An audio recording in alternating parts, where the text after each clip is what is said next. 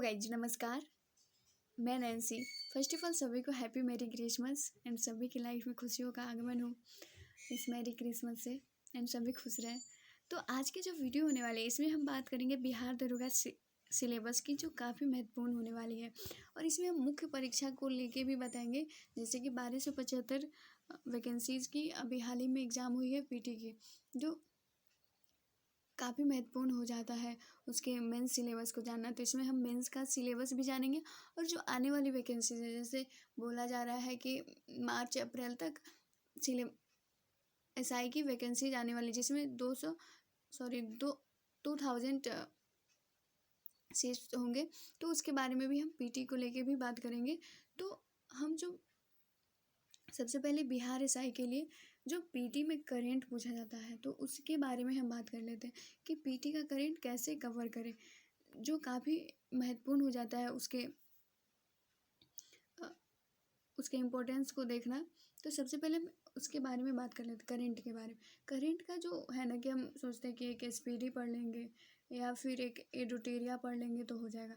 तो ये गलती कदापि नहीं करें, क्योंकि जो एडुटेरिया या करंट के एक ही करंट के भरोसे रह जाते हैं तो ये काफ़ी गलती कर देते हैं।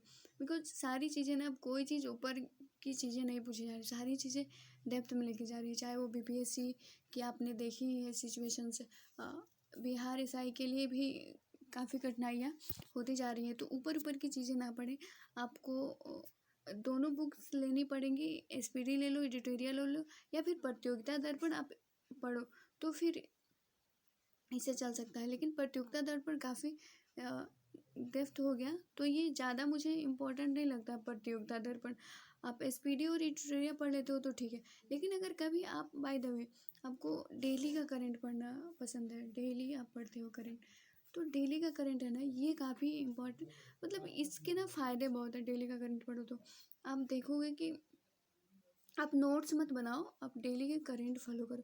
कि आपको नोट्स मेकिंग नहीं करनी है, बिकॉज नोट्स मेकिंग करोगे ना तो पोथा, मतलब एक बहुत बड़ा पोथा बन जाएगा और आपसे रिवीजन भी नहीं। अब डेली का करंट बस सुन लिया करो। एंड लास्ट में आप कोई पतली सी बुक जैसे मैगजीन ले लो, जैसे पीडी प्रतियोगिता दर्पण ले लो। मुझे मतलब इम्पोर्टेंट नहीं लगता प्रतियोगिता दर्पण होता, प्रतियोगिता दर्पण पढ़ो। आप एसपीडी ले सकते हो, एसपीडी लेके पढ़ सकते हो। या फिर जब लास्ट टाइम है तो आप 1-2 मंथ पहले एसपीडी और एडिटोरियल लेके पढ़ सकते हो साल भर का। तो करंट के बारे में हम टॉपिक को ले लेते हैं कि कौन सा टॉपिक हमें ज़्यादा सफिशिएंट, मतलब ज़्यादा टॉपिक को हमें देना चाहिए इम्पोर्टेंस। तो सबसे पहले हम इंटरनेशनली जो करंट होता है कि कहाँ का प्रधानमंत्री कौन बना, कहाँ का राष्ट्रपति कौन बना, कौन से देश का जो जगह है वो हाल ही में न्यूज़ में था, तो आप इंटरनेशनली करंट को ध्यान में रख सकते हो। प्लस जो प्ले एंड प्लेयर होता है, इससे मोस्ट इम्पॉर्टेंट क्वेश्चन कोई हो ही नहीं सकता। इससे सफिशिएंट है कि एक क्वेश्चन ज़रूर पूछे जाएंगे प्ले एंड प्लेयर से। जैसे कि कोई प्लेयर है, जैसे कि बजरंग पुनिया है, तो हाल ही में न्यूज़ में बने हैं बजरंग पुनिया, उन्हें पद्मश्री पुरस्कार दिया गया था लेकिन उन्होंने लौटा दिया। तो उनसे वो कुश्ती में है, जैसे साक्षी मलिक हो गई, तो वो भी कुश्ती से रिलेटेड है।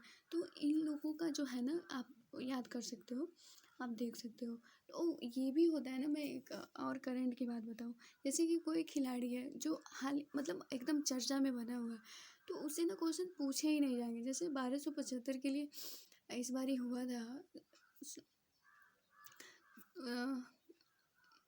एग्ज़ाम हुए थे पीटी के, तो उसमें जो क्वेश्चन था ना, तो श्रीजेश एक खिलाड़ी है, श्रीजेश, उनके बारे में क्वेश्चन पूछ दिया था कि ये किस खेल से जुड़े हैं, तो ये हॉकी से जुड़े हुए हैं। तो एक ऐसे खिलाड़ी का नाम पूछेंगे ना जो कि आपको ध्यान में नहीं रहेगा और वो क्वेश्चंस आ जाएंगे, तो आप उसको भी ध्यान में ज़रूर रखें। और हम नेक्स्ट बात करते हैं ना फेमस पर्सनालिटी की, जो हाल ही में न्यूज़ में बन होते हैं, जैसे जो बाइडन हो गए, एमेन्युअल मैक्रोनी हो गए जो फ्रांस के राष्ट्रपति हैं, ऋषि सुनक है। तो इन लोगों के बारे में भी पूछा जाता है। फुल फॉर्म, मैं फुल फॉर्म को इसलिए इम्पोर्टेंस ज़्यादा देती हूँ। फुल फॉर्म हो गया या फिर शॉर्टकट हो गया, तो मैं इसलिए इम्पोर्टेंस दूंगी ना, जैसे कि पता है शॉर्टकट से कैसे पूछ देंगे क्वेश्चन, कि मतलब बताओ कि कोई क्वेश्चन दे देंगे, उसके बारे में उसका जो पूरा विस्तार रूप नहीं देंगे, शॉर्टकट दे देंगे, ओसीडी दे देंगे, जैसे टैट दे देंगे, इवेंट डीपी दे देंगे, इस तरह की चीज़ें पूछेंगे। तो आपको ना शॉर्टकट को भी ध्यान में रखना पड़ेगा और फुल फॉर्म, ये दोनों को ध्यान में रखना पड़ेगा। तो ये काफ़ी इंपॉर्टेंट हो जाता है। हम बात करेंगे अब पुरस्कार से रिलेटेड चीज़ें, जो कि मोस्ट इम्पॉर्टेंट है। पुरस्कार से रिलेटेड क्वेश्चंस एकदम पूछे जाएंगे, चाहे नोबेल पुरस्कार हो या फिर नोबेल हो, पुलित्जर हो, इससे ज़रूर ही क्वेश्चंस पूछे जाते हैं। तो आप लोग ज़रूर ध्यान रख लीजिएगा, इंटरनेशनली है। और जैसे कि कोई आपको चीज़ें हैं, जैसे ऑस्कर हो गया, तो इस बार 2023 में ऑस्कर भारत में के लिए महत्वपूर्ण था। जैसे नाटू नाटू को मिला था, डॉक्यूमेंट्री मूवी एलिफेंट एक थी, तो उसको भी मिला था भारत को ऑस्कर। तो इन सारी चीज़ों को देखना पड़ता है इंटरनेशनली। आप देख सकते हो, जो चीज़ हाल ही में मतलब चर्चा में बनी होती है, उसमें भारत का इन्वॉल्वमेंट होता है। तो ये चीज़ें ज़रूर पूछी जाती हैं अवार्ड्स को लेके, तो आप इसे भी ध्यान में रख सकते हो। जैसे कोई न्यू बुक आई है मार्केट में, न्यू बुक आई है और उसके ऑथर, न्यू बुक और उसके जो ऑथर है, मतलब जो लेखक है वो कोई इम्पोर्टेंट है, तो इसके बारे में भी पूछ लिया जाता है क्वेश्चन।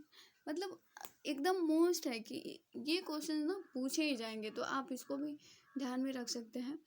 एंड संस्कृति और विरासत, इससे तो क्वेश्चंस मतलब रुकने वाले हैं नहीं, वो तो पूछने ही जाएंगे। जैसे यूनेस्को के द्वारा हाल ही में ये दिया गया था भारत को, हर्षल जो है ना, जो कर्नाटका में है, उसको विरासत सूची में शामिल किया गया था। तो ये भी क्वेश्चंस आते रहते हैं यूनेस्को के लेके, तो आप ज़रूर ध्यान में रखिएगा। जो राजनयिक संबंध है भारत के, तो उन देशों में क्या चल रहा है उसके बारे में पूछ लिया जाता है। देश की मुद्राएं पूछी जाती नहीं, पूछी जाती हैं, जो काफ़ी इम्पोर्टेंट है। एंड आप PYQ उठा के देखोगे ना, आप एक बार ज्ञान बिंदु का PYQ उठा के देखो। मैं ज्ञान बिंदु को ज़्यादा सफिशिएंट मानूंगी, क्योंकि उसमें सारी चीज़ें ना बहुत विस्तार से दी गई है। तो आप उसे भी ले सकते हो या फिर आपकी मर्जी, आप जिसे लेना चाहो। लेकिन जो ज्ञान बिंदु है, इसकी PYQ उठा के देखो, आपको पूरी बातें पता चल जाएंगी कि क्या क्या चीज़ें पढ़नी चाहिए और क्या क्या छोड़नी चाहिए। हमारे अंदर ये रहता है ना, जितना पढ़ लो, लेकिन जितना का क्या मतलब है, दुनिया में पढ़ाई की कोई अंत नहीं है। तो आप ना सिलेबस देखो, PYQ देखो। मैं तो ज्ञान बिंदु को मोर देन सफिशिएंट मानूंगी PYQ के लिए, तो आप उसे देखना PYQ में। एंड आगे हम बात करेंगे ना GS को लेके। जो GS है ना, ये काफ़ी महत्वपूर्ण हो जाता है हमारे लिए। GS में आप अगर PT का पढ़ लेते हो, GS, ठीक है, PT पढ़ लोगे ना, तो मेंस में ज़्यादा टेंशन नहीं होगी। मेंस में आपको बहुत कम देखना पड़ेगा। तो आप PT में अच्छे से पढ़ाई किए होंगे आपने, तो 1275 सीट्स के लिए आपको मेंस में ज़्यादा नहीं पढ़ना होगा। हाँ, मेंस में आपको रीजनिंग और मैथ पे, आपको साइंस में ध्यान देना होगा। साइंस का जो GS होता है ना, उसमें आपको ध्यान देना होगा। तो आप साइंस भी अगर PT के लिए पढ़ लेते हो, तो ज़्यादा कुछ देखने की ज़रूरत नहीं है। बट हाँ, आप मेंस का जो होता है ना साइंस, उसमें थोड़ा डेप्थली जाता है, तो आप उसे थोड़ा सा मतलब 3-4 बार और रिवीजन कर लोगे, तो आपका साइंस पक्का हो जाएगा। फिर ज़्यादा लोड लेने की ज़रूरत नहीं है, क्योंकि एग्ज़ाम है, और एग्ज़ाम पढ़ेंगे तो ज़रूर पास होंगे और निकलेगा भी, ठीक है। और इसमें ना सबसे ज़्यादा आपको, तो ये हो गया हमारे PT का। तो अब हम बात करेंगे ना इकोनॉमिक्स से, मतलब PT में ना इकोनॉमिक्स का भी पोर्शन रहता है। जैसे इस बारी जो 1275 वैकेंसीज के लिए हुई थी एग्जाम्स, उसमें पता है इकोनॉमिक्स ईगो से कितने क्वेश्चन थे? 7 क्वेश्चन। सेकेंड सीटिंग में 7 क्वेश्चन और फर्स्ट सीटिंग में, सेकेंड सीटिंग में 7 क्वेश्चन और फर्स्ट सीटिंग में 6 क्वेश्चन थे, जो काफ़ी महत्वपूर्ण हो जाता है आपको मार्क्स दिलाने के लिए। तो आप ईको को भी स्किप नहीं कर सकते आप। और ईको में ये ना फैक्ट्स बहुत कम पूछे जा रहे हैं, आपको ना ये लेके चलना पड़ेगा, आपको इसको कॉन्सेप्ट इसके पढ़ने पड़ेंगे, कॉन्सेप्ट जो काफ़ी महत्वपूर्ण होता है, तो आप इसे ध्यान में रखिएगा। एंड अब हम बात कर लेते हैं एस्थेटिक पोर्शन के बारे में। तो एस्थेटिक पोर्शन ये है ना, अब लुसेंट का जो पीछे का होता है, लुसेंट ने आपने देखा होगा उसमें विविध करके पोर्शन दिया रहता है, विविध जिसे मिसलेनियस बोला जाता है। तो आप विविध का ना वो उठा के पढ़ लो तो आपके लिए वो सफिशिएंट हो जाता है। हाँ जी। अब आगे हम बात करेंगे ना मेंस सिलेबस का। तो मेंस में ना 2 पोर्शन हो जाता है, जैसे कि मेंस में हिंदी में पूछी जाती है। मेंस का एक 30 मतलब रहता है, एक 100 आपको उसमें 30 लेके आने होते हैं। तो आप जो ये 30 है ना, पासिंग मार्क्स है, आप इसमें पास कर जाते हो काफ़ी है। ज़रूरी नहीं आपकी 100 में 80 आए, ज़रूरी नहीं है। 100 में 30 भी आते हैं ना, आप पास हो जाते हो, तो ये ठीक है। अब हम बात कर लेते हैं इसके जीएस को लेके, मेंस के जीएस को लेकर। इसमें का जो जीएस है, इसके लिए ये है ना कि आप पीटी में पढ़ लिए हो तो जीएस में ज़्यादा कुछ करने की ज़रूरत नहीं है। आप 3-4 बार ही रिवीजन करोगे, काफ़ी अच्छे से हो जाएगा पीटी आपका, सॉरी मेंस आपका जीएस वाला पोर्शन। उसके बाद में ना इसमें मैथ जो होता है ना, मैथ एंड रीजनिंग, ये टोटल 20 नंबर के रहते हैं। और जो मैथ है ना, मैथ में 3-4 जो होते हैं ना वो एडवांस होते हैं, बाकी जो होते हैं सब अर्थमेटिक्स से होते हैं। अब हम रीजनिंग में बता देते हैं आपको। रीजनिंग का जो है ना, रीजनिंग का आपको, रीजनिंग में ना आपको PYQ देख के पता लग जाएगा कि आप रीजनिंग में क्या क्या पढ़ना है आपको। ये नहीं कि पूरा रीजनिंग की जो 49 चैप्टर्स हैं उसको लेके बैठ जाए, जी नहीं। आप अगर उसको अच्छे से देखते हो तो आपको ऐसे लगेगा ना कि आप रीजनिंग में अगर मोस्टली 6-7 चैप्टर पढ़ लेते हो, ठीक है, 6 या 7 चैप्टर, तो आपका आराम से हो जाएगा रीजनिंग। और एक बात बताना मैं भूल ही गई, मैं ये भी बता दूँ आपको कि जो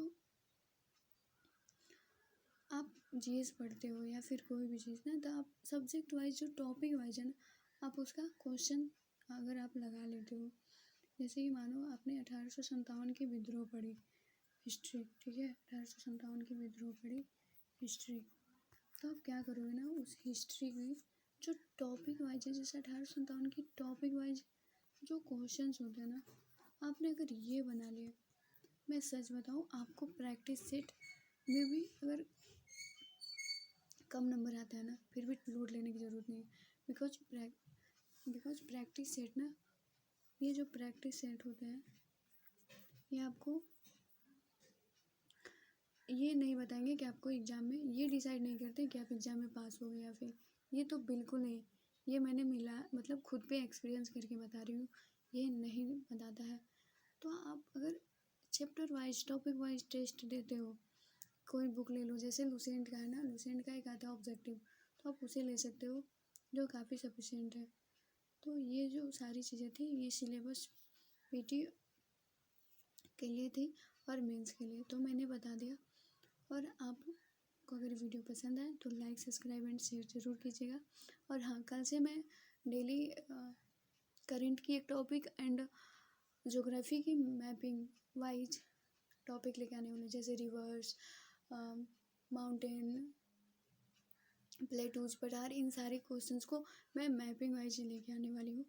तो अगर आपको वीडियो पसंद आई हो तो लाइक सब्सक्राइब एंड शेयर ज़रूर कीजिएगा। Thank you so much.